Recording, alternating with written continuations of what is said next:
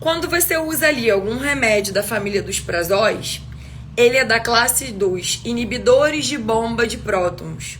Esses inibidores da bomba de prótons, eles fazem o quê?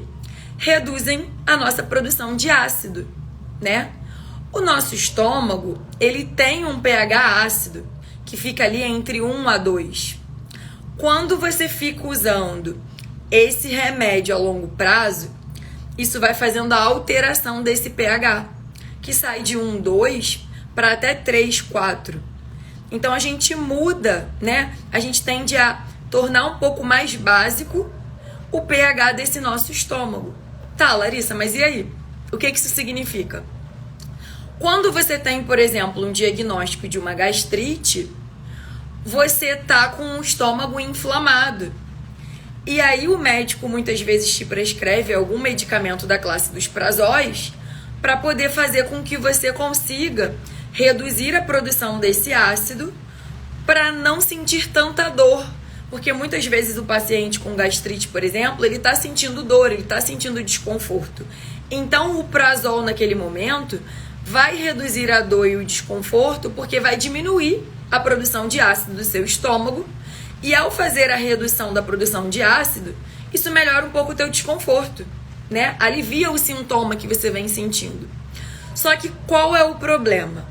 Em primeiro lugar, é muito importante que vocês entendam o seguinte: o nosso estômago precisa de ácido para muitas coisas. É normal, é fisiológico que o estômago use ácido.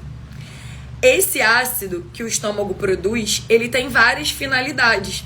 Então, se você fica a longo prazo inibindo esse ácido, essas finalidades não estão acontecendo. Então, quando a gente pensa, por exemplo, nas funções do ácido que o nosso estômago produz, em primeiro lugar, digerir proteínas. Quando a gente come, é justamente esse ácido que faz a digestão de proteínas.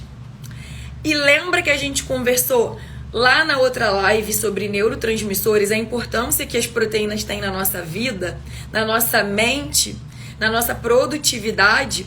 Então, se você está inibindo muito a produção de ácidos, essa proteína que não está sendo digerida, ela vai interferir na tua produção adequada de neurotransmissores. Então, uma pessoa que tem ali uma produção de ácido muito reduzida, isso pode afetar a cognição dela a longo prazo, isso pode afetar essa mente a longo prazo, porque os neurotransmissores não estão se comunicando da forma como deve, porque não está tendo a digestão das proteínas, a quebra dessas proteínas, porque o nosso corpo ele não sabe o que fazer, a proteína está ali grande, ele precisa quebrar. Então, se não tem ácido, isso faz com que a gente tenha as nossas enzimas que fazem a quebra desses ácidos, a gente faz com que elas sejam inativadas. Inativou as enzimas, proteína fica grande, cadê a nossa produção de aminoácidos de forma adequada? Então esse é o primeiro ponto.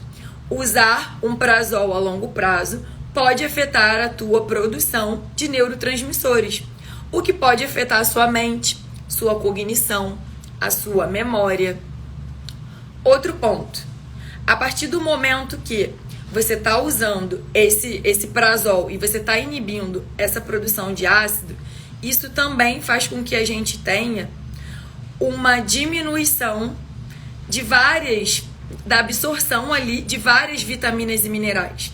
Isso pode afetar a absorção do ferro, do cálcio. A vitamina B12 também vai estar ali diminuída.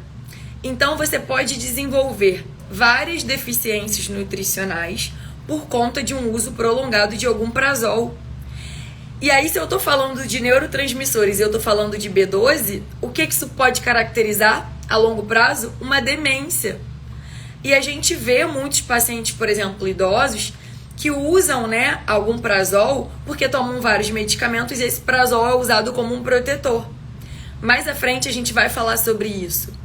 Mas o que eu quero trazer para vocês é o seguinte: existem vários malefícios de um uso de antiácido, né, de algum prazol a longo prazo, porque produzir ácido é fisiológico e a gente depende desse ácido clorídrico para absorver vitaminas, para a produção de neurotransmissores, para a produção, por exemplo, dos nossos músculos.